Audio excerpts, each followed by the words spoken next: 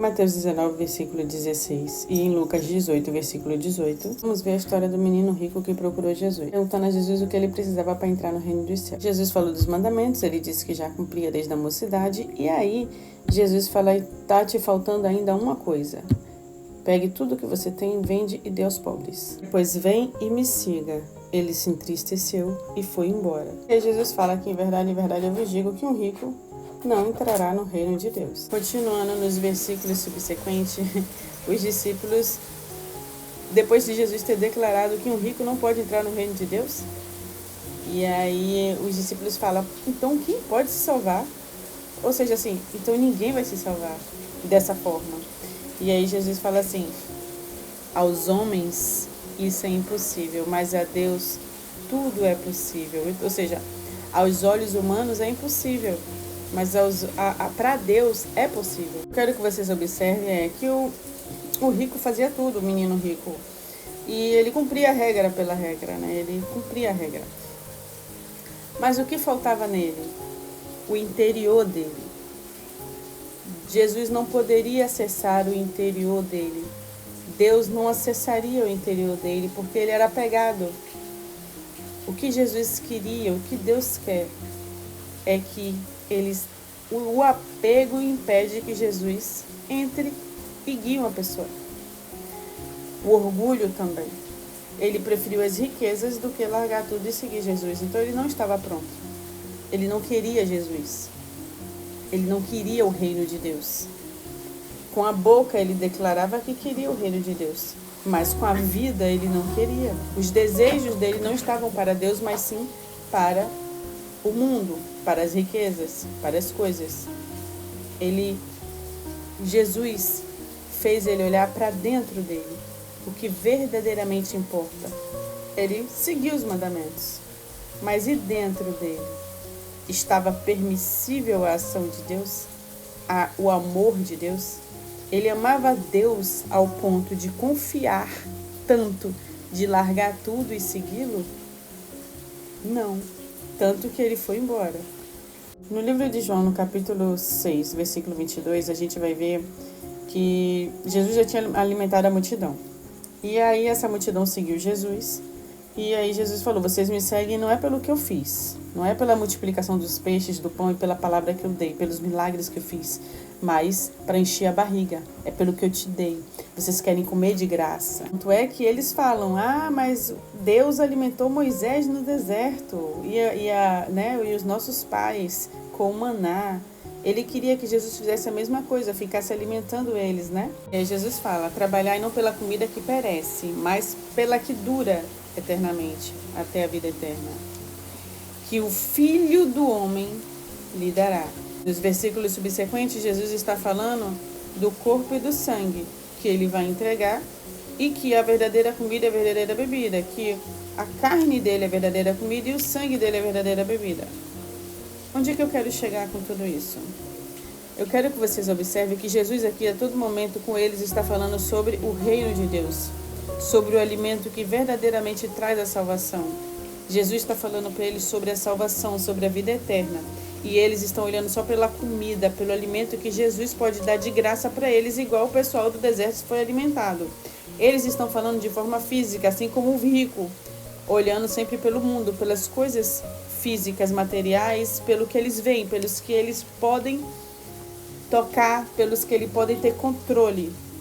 Assim são essas pessoas. E Jesus, a todo momento, nas duas situações, está sempre falando do reino dos céus, de uma vida espiritual, de uma salvação, de que ele vai dar através do Espírito Santo e do alimento que ele vai deixar para a gente, que hoje é a Eucaristia.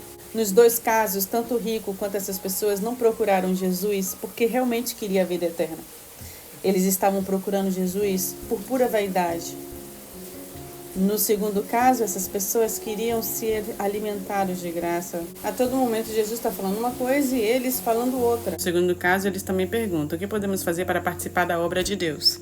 Jesus fala, a obra de Deus é essa, crer naquele que ele enviou, no Filho dele, né? Jesus a todo momento fala sobre a carne, o sangue, o alimento, o verdadeiro alimento que traz vida, o que dá vida eterna. E quando eles veem que não vai conseguir convencer Jesus de alimentá-los de graça, eles começam a apontar para Jesus. Sabe como? Esse não é filho de José que a gente conhece, que a gente viu crescer? Ou seja, eles julgaram que por ter visto Jesus crescer, conhecer o pai, a mãe e a família, saber de onde Jesus vem, sabe? Jesus não poderia ser o Filho de Deus. Jesus fez milagres, Jesus multiplicou peixe, multiplicou pão, mas isso não bastou. Eles não estavam atrás de Jesus por causa do que Jesus podia oferecer, que era a vida eterna. Não. Eles queriam as coisas materiais do mundo, assim como o rico escolheu as coisas materiais do mundo. O que a gente tem que entender é que confiar em Deus está muito além. Crer em Deus é muito além de uma simples palavra que sai da boca. O que eu tenho observado é que as pessoas elas não querem Jesus e elas não vivem Jesus. Porque todo mundo vem querendo Jesus. Mas quando Jesus põe na mesa o que verdadeiramente é necessário para relacionamento com Ele, para que Ele possa entrar e guiar, e o caminho que Ele tem para essa pessoa traçar, ela dá as costas, ela não quer. Quando a pessoa não quer e quando ela dá as costas, ela começa a querer justificar. Ela começa a querer apontar o dedo. Assim também acontecia com os fariseus.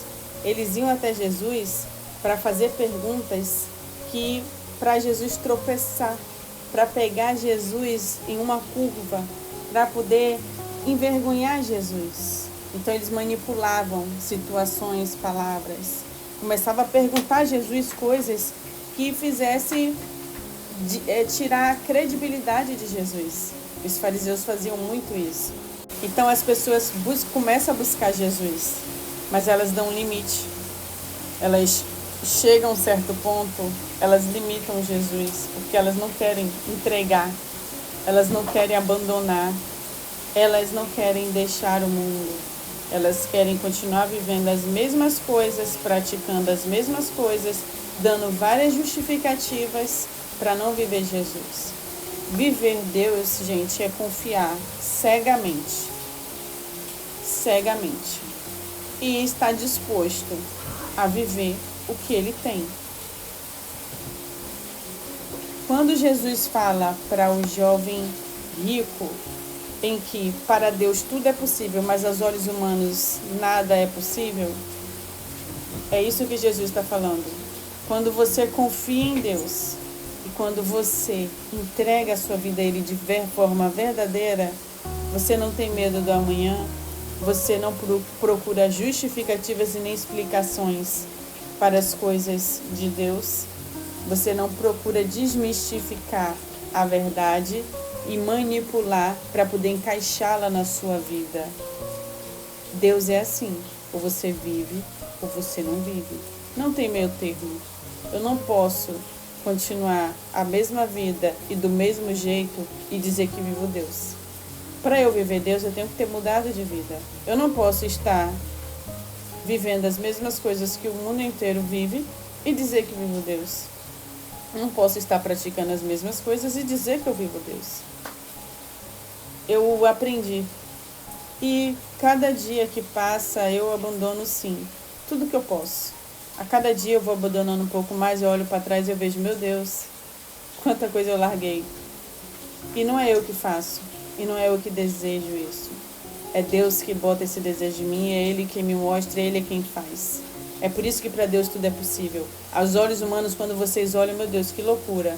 Porém, se você verdadeiramente deixar Deus entrar e confiar nele plenamente, e confiar mesmo, Ele faz. Ele vem. E é Ele quem faz. Mas as pessoas não querem. E por elas não quererem, elas começam a querer buscar explicações humanas para o que eu vivo e tentar desmistificar o que eu vivo. E também tentar ridicularizar o que eu vivo.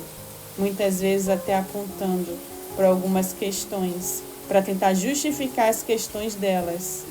Mas para mim não faz sentido Mas na cabeça delas eu não sei por que faz sentido, mas na minha cabeça não entra, nem no meu coração.